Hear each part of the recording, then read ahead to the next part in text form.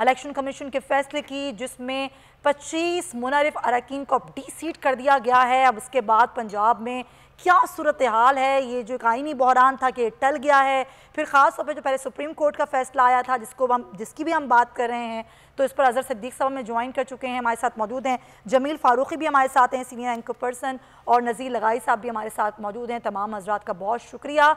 नज़ीर लगाई साहब, जब हम ये बात करते हैं कि जी जो आज पंजाब में फ़ैसला आया है इलेक्शन कमीशन का कि जी जो 25 लोग थे जिन्होंने पार्टी पॉलिसी से इनहराफ किया, इनको डी सीट कर दिया गया, तो आगे अब क्या सूरत हाल बनेगी? खासतौर पर नंबर गेम की बात कर रहे हैं, तो री इलेक्शन तो होगा ही होगा, लेकिन फिर नंबर गेम किसी के हाथ में रहेगी या नहीं?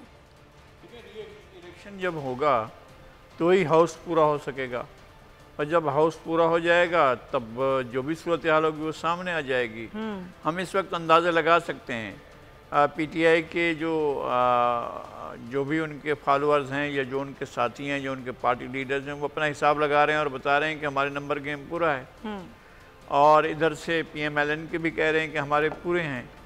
तो ये तो सूरत हाल उस वक्त सामने आएगी अगर हाउस पूरा है। तो मेरा ख़्याल है कि इलेक्शन कमीशन को उसके साथ ही जो है वो ज़िमनी इलेक्शन का भी ऐलान कर देना चाहिए था, और चूँकि ये डी सीट हो चुके हैं, उनके डी सीट होने के 90 दिन के अंदर इन्होंने इलेक्शन कराने हैं, तो वो करा दें इलेक्शन, ताकि पता चल जाएगा कि पार्टी पोजीशन क्या है और कौन सी पार्टी जो है किस पोजीशन में है।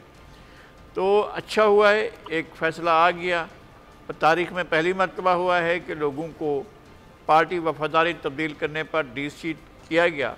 उससे पहले ज़बरदस्ती पार्टी जो है वफादारियाँ तब्दील कराई जाती थी, और जो हमारे बड़े इदारे हैं, ताकत के मराकज़ हैं, वो ज़बरदस्ती लोगों को पकड़ कर खींच खांच कर ले जाया करते थे दूसरी पार्टियों में, और कहते थे कि जनाब इनका साथ दें और अपनी पार्टियों को छोड़ दें।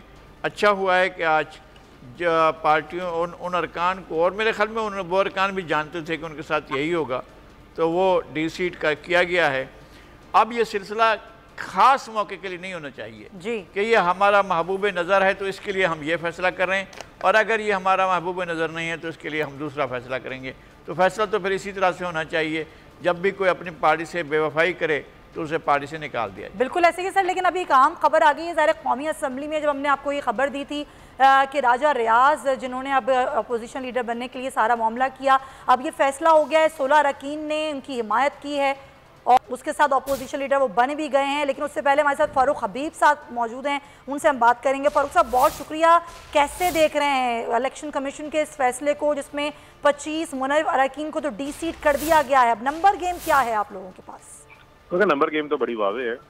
आज जो है वो पंजाब में नून लीग और हमजा शहबाज के नंबर खत्म हो गए, लोटे अपने अंजाम को पहुंचे हैं, लोटे क्रश हो चुके हैं, लोटों की ना आवाम के अंदर इज्जत रह गई है, ना उनकी असम्बलियों में कोई इज्जत है। और अब तो इनको नून लीग ने जो टिकट के लारे लपे लगाए हुए थे, लॉलीपॉप दिए थे, अब ये उनके लिए भी बेकार हो गए। तो लिहाजा ये इबरत का निशान बनेंगे, और हमजा शहबाज की हुकूमत फारिग हो चुकी है, सुप्रीम कोर्ट के फैसले के बाद ही फारिग हो गई थी, लेकिन आज उस ताबूत के अंदर आखिरी कील भी आ गया है। अब एक लम्हा भी उस सीट के ऊपर बैठना जो है वो आइन और कानून की खिलाफवर्जी होगी, तो फौरी तौर के ऊपर वज़ारत आला छोड़ देनी चाहिए। अच्छा, एक चीज़ जो मैं जानना चाहेंगे फ़ारूक हबीब साहब के, एक तो प्रोसेस है कि डी सीट हो गए हैं, अब आगे उनके इलेक्शन के हवाले से अगर अनाउंस किया जाता है तो आपकी जमात उन ज़िमनी इंतखाबात की जानिब जाएगी? आप तो आम इंतखाबात के हवाले से इस वक्त एहतजाज भी कर रहे हैं, जदोजहद भी कर रहे हैं।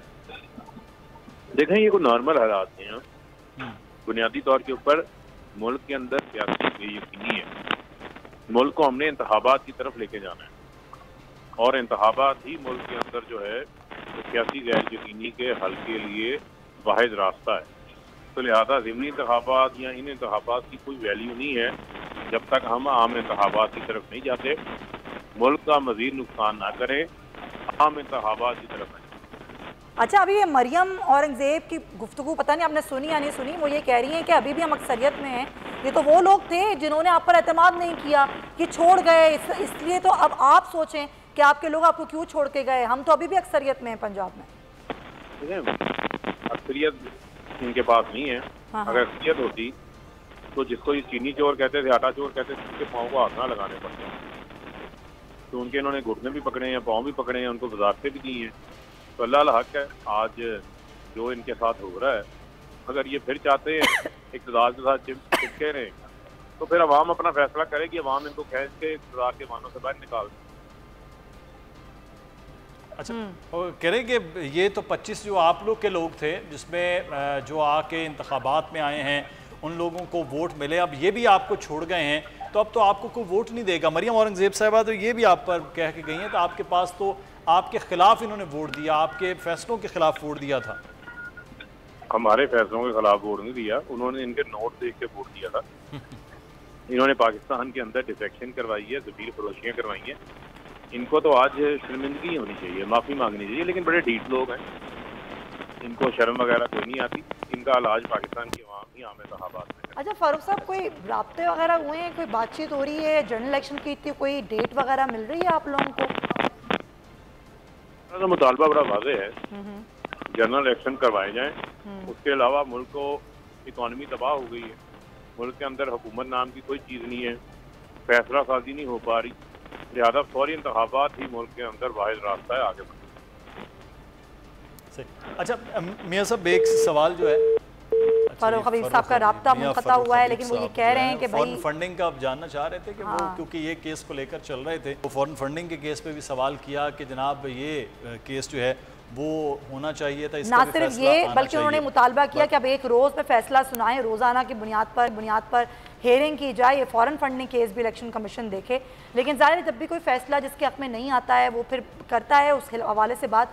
जमील, आपने कैसे देखा इस सारे प्रोसेस को? ज़ाहिर है एक सुप्रीम कोर्ट का पहले आ गया था फैसला, उसके बाद इलेक्शन कमीशन ने अपने फैसले को होल्ड किया, परसों ही ये फैसला महफूज हो चुका था लेकिन इसको होल्ड किया गया और फिर आज ये फैसला सुनाया गया 3 दिन बाद। तो अब आपको लग रहा है कि इसका असर बस यहीं तक रहेगा या मरकज़ पे भी इसका असर पड़ेगा? डेफिनेटली इसके असरात मरकज़ पर भी पड़ेंगे और ये बैक टू बैक 3 दिन मुसलसल PTI के हक में जा रहे हैं। आपने देखा होगा कि पहले 25 मुनहरिफ अरकान के हवाले से सुप्रीम कोर्ट का फैसला, फिर अगले दिन आज खुद नोटिस जिसके ज़रिए जो तकर्रियां और तबादले हो रहे थे उसको होल्ड किया गया। अच्छा, एक सेकंड महफूज फैसला। जमील, सिर्फ एक सेकंड। शेख रशीद अहमद साहब हमें ज्वाइन कर चुके हैं, जरा पहले हम उनसे बात कर लें फिर आपकी जानिब आते हैं। शेख साहब, ये अभी मरियम साहिबा कह के गई हैं कि ये तो वो लोग थे जिन्होंने एतमाद ही नहीं किया, ये छोड़ के चले गए हैं, तो अब इनके पास तो वैसे ही नहीं है PTI के पास नंबर गेम, तो आपके पास तो नहीं है बल्कि हमारे पास है अक्सरियत। क्या कहेंगे सर? ये सारी नंबर गेम संभाल रखें, इनका खेल ख़त्म है, पैसा आज़म है, इनको ऐसी गलतफहमी है।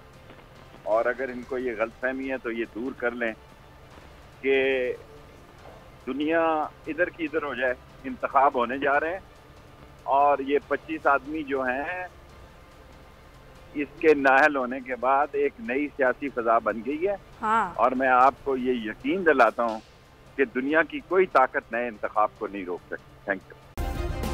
सब्सक्राइब करें और बेल दबाएं ताकि कोई खबर रह न जाए।